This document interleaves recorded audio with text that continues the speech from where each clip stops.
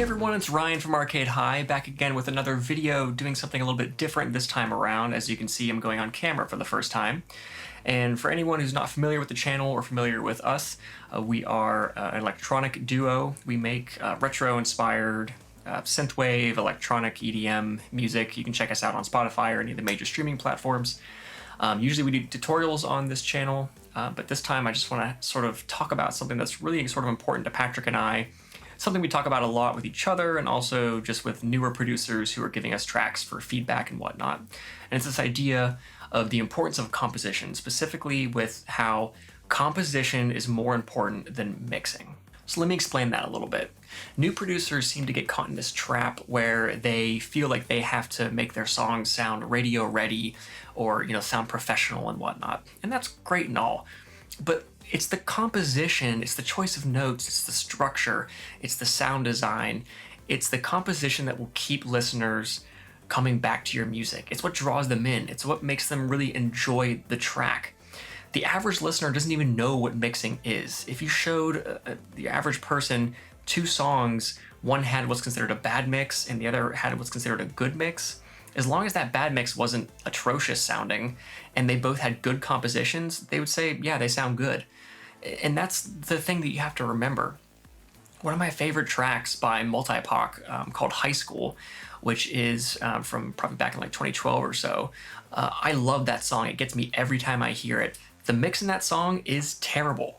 And I don't know if it's, he just made a demo and just pushed it out, but it's a bad mix. But honestly, it doesn't matter to me because the song sounds so good. The composition is so engaging to me. But what I wanted to do here is specifically kind of break down a handful of sort of concepts that can kind of help when you're thinking about your compositions and the way that you approach them.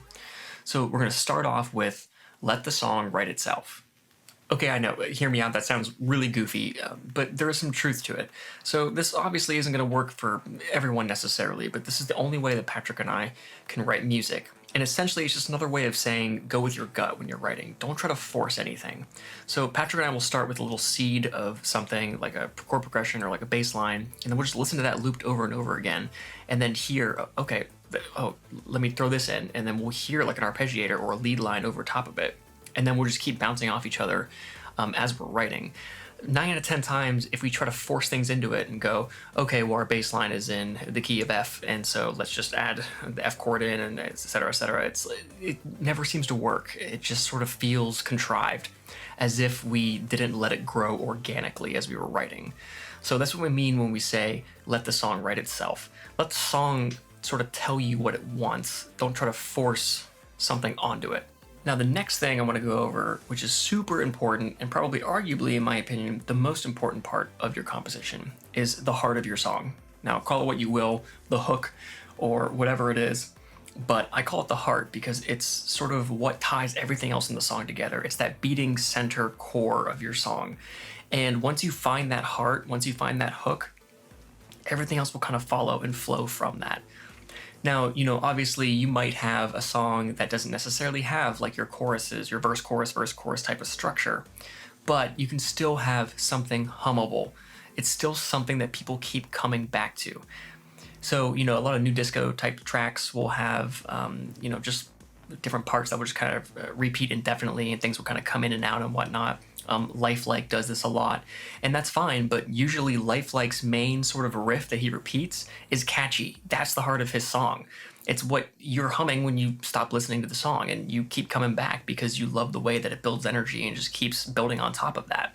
So in terms of all of your different parts of the song, I know some people will struggle with kind of sort of like what parts to bring in and out and whatnot, and that might be a whole video in itself where we can maybe break down a track of ours, but I would say a good rule of thumb is, apart from your kick and your bass, you have 3 parts.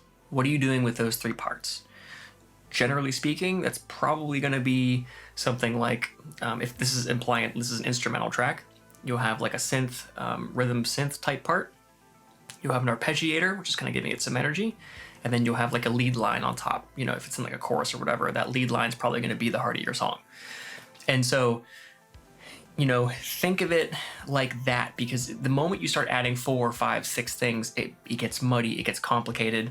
And then that's where it gets tricky, where it's this idea of people are so focused on the mix, where they're like, oh, I need to make my song, the mix sound good or whatever. But as long as you're not structuring things too heavy-handed and you're only doing, a handful, 3, maybe 4 parts along with your bass and your kick, really 3 is probably going to be at any given time. It's going to be a good sort of rule of thumb.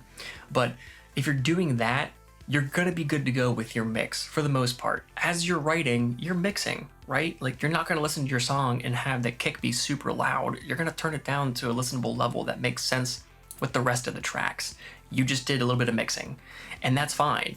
Obviously there's the mixing where it's, taking all the levels and making sure they're all correct, and, changing EQs and compressions and all that kind of stuff. And yeah, that's great, that's fine. But like, as long as you get it listenable at the composition stage, then everything else you do past that is just icing on the cake. If the composition is good, the song will be good. Another thing that I don't see enough of is people focusing on details. Details matter when it comes to producing. Now, a lot of people will send us tracks and ask for feedback and whatnot, and I noticed that a lot of them, one, the biggest issue with their songs is almost always the composition and not the mixing. And 2 is that there's not really a lot of attention paid to the details. You want to think about things like your sound design, and you want to think about things of like when, let's say your verse stops and you had some kind of synth line over it. Is that synth line just ending? Is that note hanging on? Does it stop and then delay outward? What is it doing that's allowing it to move into the next section? Transitions, are a big part of this too. Does your song have transitions moving from one part to the next? Transitions can be simple. You don't have to get too complicated with it. A simple riser, like a noise riser. I went over a basic noise riser in the retro synth tutorial I did. Or just maybe things just drop out and then come back into the next section. Something that's going to allow the listener to understand that we're moving from one part to the next part. And this is super key that I feel like I don't see enough of in a lot of different tracks, especially with newer producers. They just sort of like slap different sections next to each other. And going along with details, actually, a perfect example is drum loops, where the drums will just loop over and over and over again and never change. And we're even guilty of this sometimes too, where we'll get to the end of a track and we're about to release it, and then I'll listen back and be like, wow, these drums are really repetitive. And then we have to go back and alter some things. Going in and altering 1 or 2 little MIDI notes on your drums, it makes a world of a difference, because it's little details that are going to be in there that if someone listens, they're going to hear it. One of the really cool things that people have told us is that when they listen to our songs, they get more and more interesting on repeat listens, and that's such an honor to hear. But someone told us that they'll listen on the 4th, 5th, 6th time, and they'll hear something that they'd never heard before, just sort of built into the sound design and built into the little details that we have wrapped up in the song. And we pay attention to those. We try to build those and make them nuanced and, have them come in at the right moments. And sort of the final point that I wanted to go over is this idea of don't trick your audience. Whenever you write a song, you are guiding that listener on a journey into your own sort of creative vision. And when you add different elements and different things into your song, you are kind of sort of not toying with the listener, but you're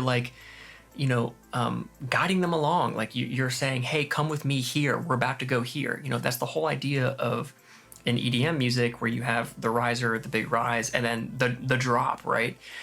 People know that's coming, and then of course people troll and they trick the listeners, right, into being like, oh, I'm gonna play Old MacDonald instead. But when you're writing a track, don't trick the listener. And this doesn't necessarily just go along with risers and drops and whatnot. Yes, of course, if you're going to have a riser in there, it needs to drop into something. Don't trick them into making him think it's going to go somewhere and then it just kind of doesn't and loses all of its energy. But this also could imply, maybe at the beginning of your track, you have this really cool lead line that's catchy and sounds great, and then maybe you never play it again. I've heard it in some of the songs that people send us that we give feedback on. And so, whenever you're listening back to your track, try to imagine, try to listen to it objectively as much as you can. A common thing that we will do, Patrick and I were listening to tracks, is, especially when we're in the composition stage, is we'll listen to the track and then we sort of call out the moment that we become bored. It's like if the track is not like holding you from start to finish, something needs to change. I mean, most songs are about 3 minutes long, maybe 4 minutes long on average. And so if you can't hold their attention for 3 or 4 minutes, something needs to change it in the composition stage of that. It's not going to be in the mix, it's going to be in the composition and in the structure of the song. Remember, because structure just goes hand in hand with composition. When I say composition, I really am including structure in there too. And it doesn't matter if it's your verse, chorus, bridge, chorus type structure, like a standard pop song. It could be any structure, but you need to know that structure, and you need to control that structure and understand why you're moving from one part to the next, why you're moving from high energy to low energy or vice versa at any given time. If a listener is listening and you don't understand your structure, they won't either, and they're going to feel like they're just lost, and they're not going to really know where to go or how to feel in that moment. Obviously, everyone's going to feel differently listening to different tracks, but you still kind of set that roadmap and set that path along for them to walk down. It's like, hey, listener, I want you to feel this way. Whether or not they feel that way is up to them, obviously. But you were setting those guidelines, those guideposts for them as you're structuring and composing your song. And then finally, I just want to say that we are no different than you. We're just a couple nerds who decided to make music, and we've experienced a small level of success doing it. We're so grateful for all of you who listen to it, genuinely from the bottom of our hearts. Thank you. And hopefully, if you haven't heard us, maybe go check out our music and maybe you'll enjoy some of it. But at the end of the day, we like to say that the rules are made up and nothing really matters, because quite literally in music, that's basically what it is. You can have your music theory and whatnot, and that's fine to know. But at the end of the day, you know what you like. You understand what is good and what isn't good in your own opinion. And so, your art matters, and you need to, build the thing for people to come. Ripping off the quote from Field of Dreams, if you build it, they will come. Write what is important to you, what matters to you, write what you want to hear, and other people will pick up on that. They'll pick up on that, that authenticity. And so I just want to repeat that your art matters, and you need to put yourself out there and work on focusing in on the composition and getting the emotions across that you're trying to get. And that's pretty much it. That's all I wanted to talk about. Thanks for hanging tight. This video might be a little long. I'm not sure how long it is. But if you're enjoying the channel, feel free to subscribe if you'd like. Please comment. Let us know what you think about this. Let me know, how you guys are feeling about sort of like all these different things I kind of talked about. These are all just sort of things that I've kind of gathered over the years and whatnot. But that's going to be it for now. And we'll see you next time. Stay rad and have a good night.